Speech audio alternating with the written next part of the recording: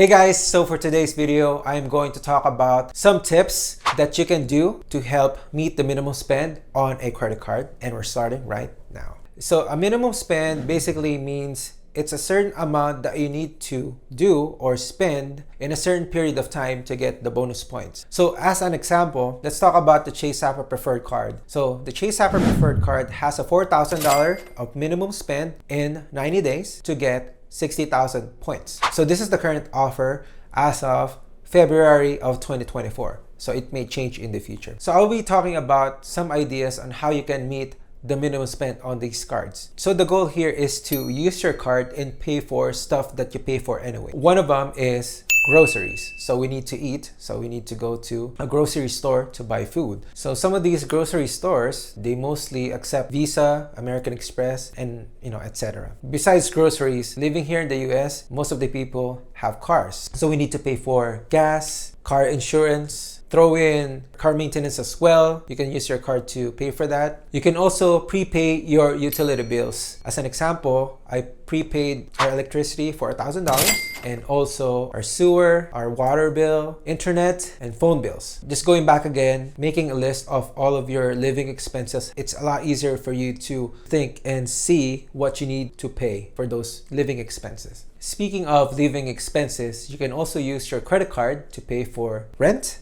and also mortgage. There is a company that will let you do that, but you may need to pay a fee. Sometimes it's at less than 3%, but it's very much worth it if you are meeting a minimum spend on a card. If you're not meeting a minimum spend on a certain card, I don't think it's worth paying that extra fee to use your card. So just a quick tip. So another way to meet your minimum spend is by using it when you're eating out. How this works is you will pay the entire bill using your card and you will ask your friend to pay you back, via Zelle, PayPal, or Venmo. So whatever works for you and your friends. So another way of meeting a minimum spend on a card is by paying taxes. So if you pay taxes, there's also a fee involved. So make sure to check the website on how much that fees are. Again, paying a fee if you're meeting a minimum spend on a certain card is still worth it. So just do your math, just do the numbers and see if it works out for you. So another great example is that if you have a big expense coming up, so for example, you need some landscaping on your house that you need to do,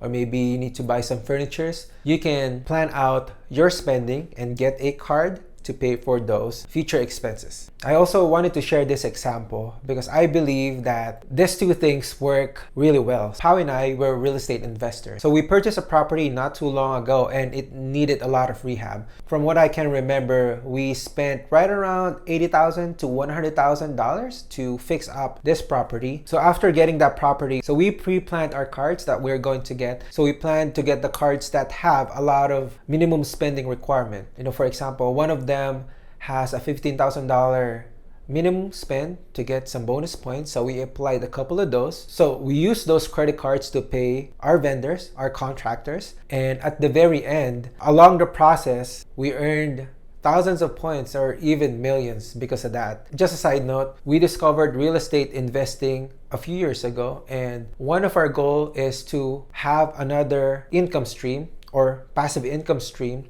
that will help us make work optional over the next 3 to 5 years, or the ability to quit our jobs. Credit card points and real estate, they really go hand in hand. And if you figure out how it works, it's going to be amazing.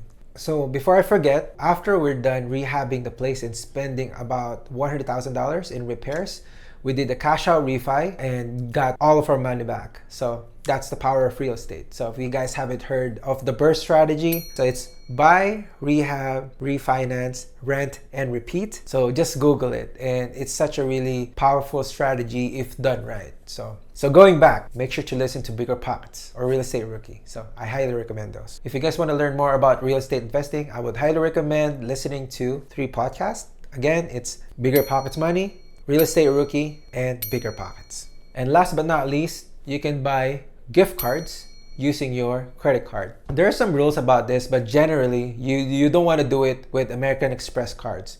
because I read some blogs that if you use your American Express cards to purchase gift cards, you might get shut down or they might close your account. I've tried this with Chase and so far it's working. This may change too in the future. But going back on my point about gift cards, when does buying a gift card work? So some of these gift cards has an activation fee of less than $7. So I only do this when I see a promotion online, because some of these office supply stores like Staples and Office Max, they will have a promotion where they waive the activation fees on these gift cards. So the only time I'm buying gift cards is number one, when they have a promotion. So number two is when I'm also trying to meet a minimum spend on a certain card and buy a gift card, use it in the future. Because when you get a credit card, you have typically 90 days to meet the minimum spend. So let's say I already created the list and paid all of my expenses or our bills, and I still need to meet a minimum spend on a card. So I will buy the gift cards if they're on a discount.